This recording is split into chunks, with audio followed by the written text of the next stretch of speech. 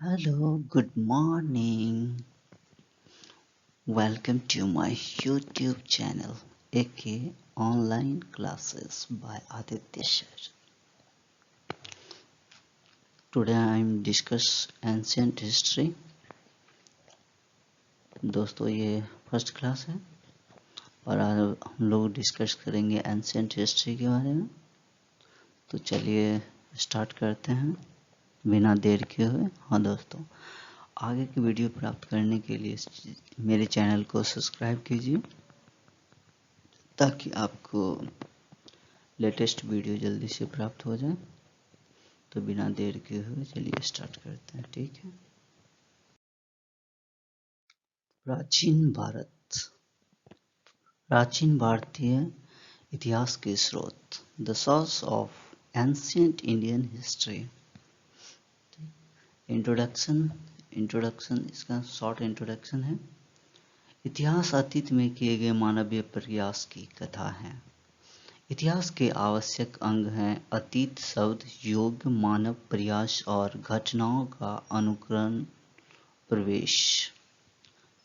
प्राचीन भारत का इतिहास मानव सभ्यता के उस समय का इतिहास है जब वह अपने निर्माण की अवस्था में था।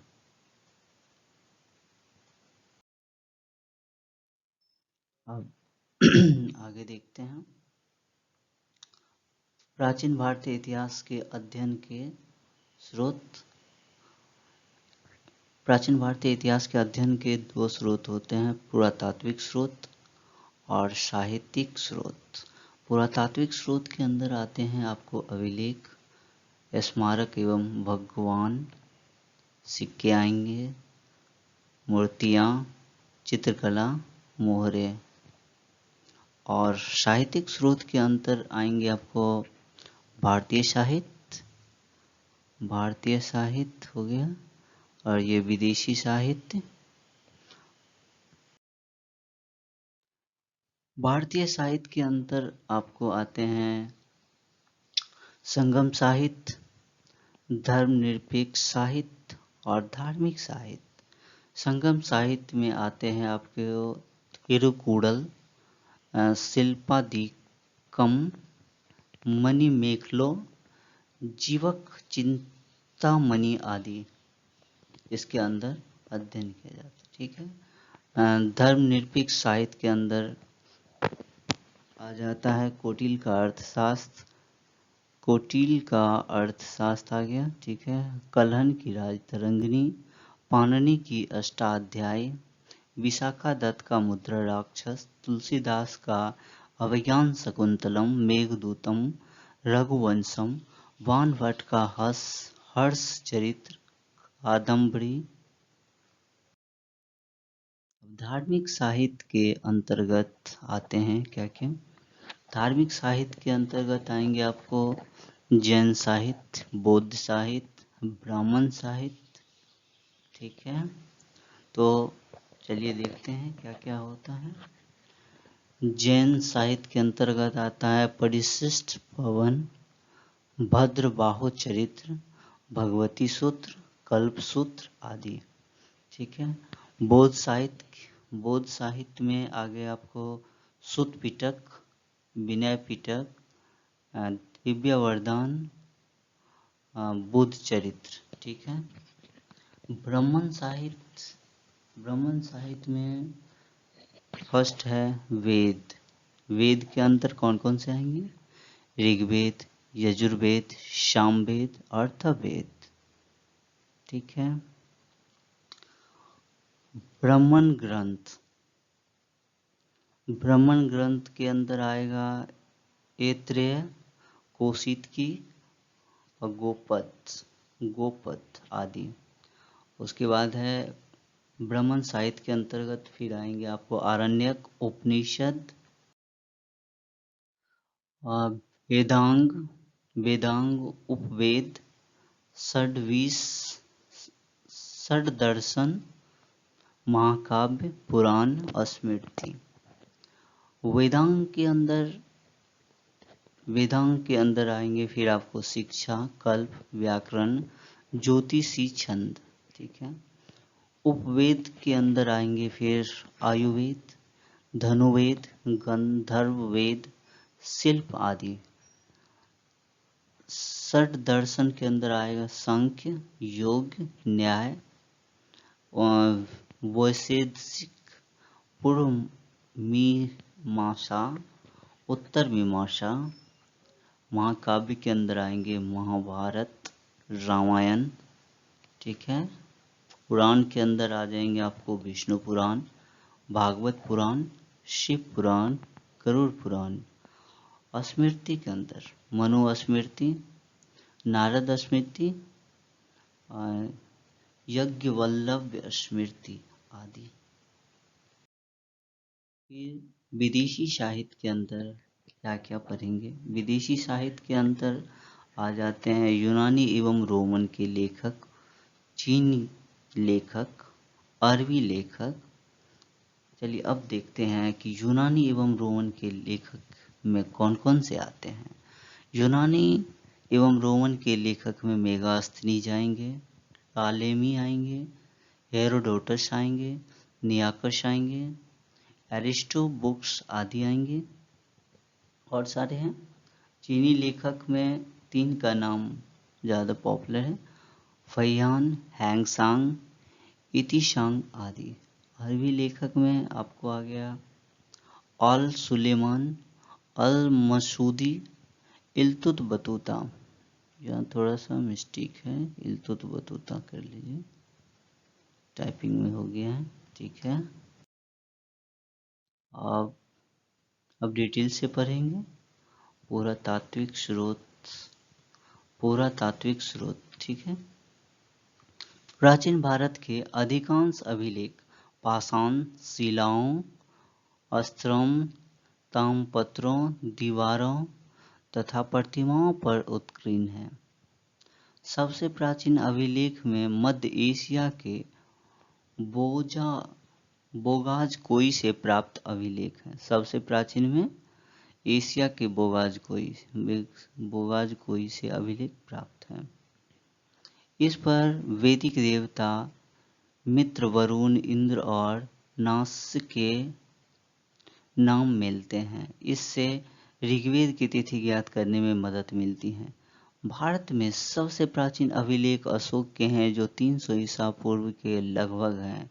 D.R. भंडारकर नामक विद्वान ने केवल अभिलेख के आधार पर ही अशोक का इतिहास लिखने का सफल प्रयास किया है। ठीक।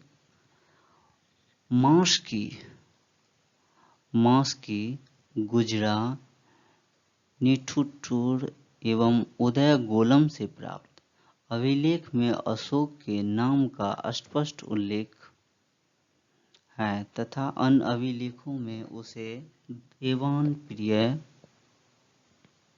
देवानप्रिय, प्रियदर्शी, देवों का प्यारा कहा गया है। सर्वप्रथम 1837 में जेटस प्रिंसेप ने ब्राह्मी लिपि में लिखित अशोक के अभिलेखों को पढ़ा था। गैर सरकारी अभिलेख में यमन राजदूत हीलियोडोटस का वसनगर विदेश में है ये, से प्राप्त गरुड़ स्तंभ लेख विशेष रूप से उल्लेखनीय है, जिससे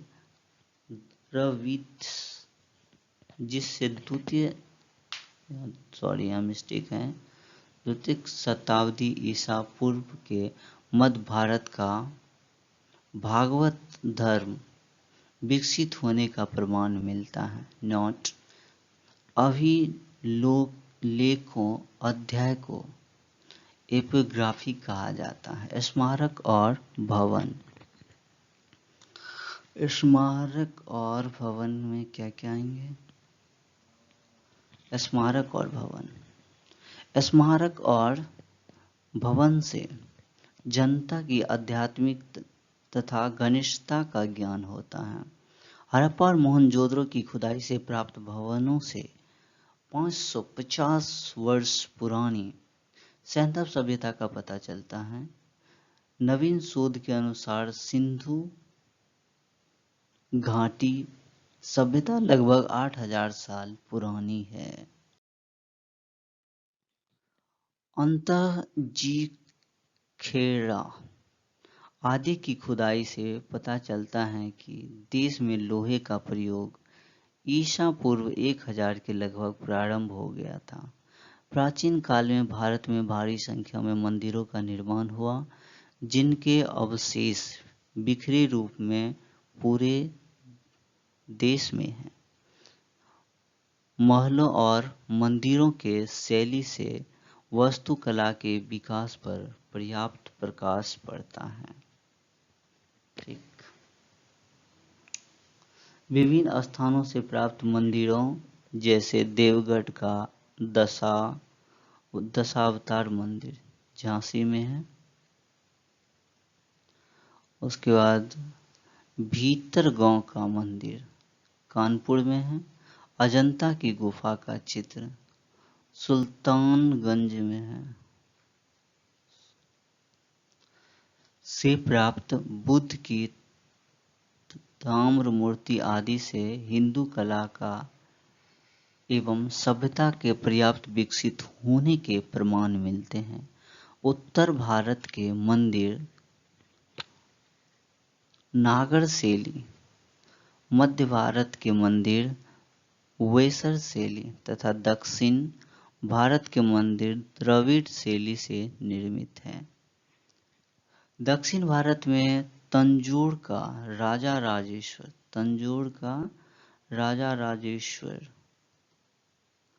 मंदिर द्रविड़ शैली तथा उत्तर भारत में खजुराहो का कंदड़िया महादेव का मंदिर नागर शैली का उत्कृष्ट उदाहरण है। भारत के अतिरिक्त दक्षिण एवं पूर्व एशिया के अनेक द्वीपों से हिंदू संस्कृति से संबंधित स्मारक मिलते हैं। इसमें मुख्य रूप से जावा का बोरोबुदर स्तूप, महायान बौद्ध स्तूप तथा कंबोडिया के अकोर वाट मंदिर का उल्लेख किया जा सकता है। सिक्के, अब सिक्के के बारे में पढ़ेंगे और सारे हैं जो पुरातात्विक स्रोतों के अंदर आएंगे, आगे के वीडियो में दिया जाएंगे। थैंक यू दोस्तों, आगे की वीडियो देखें। ठीक, बाय।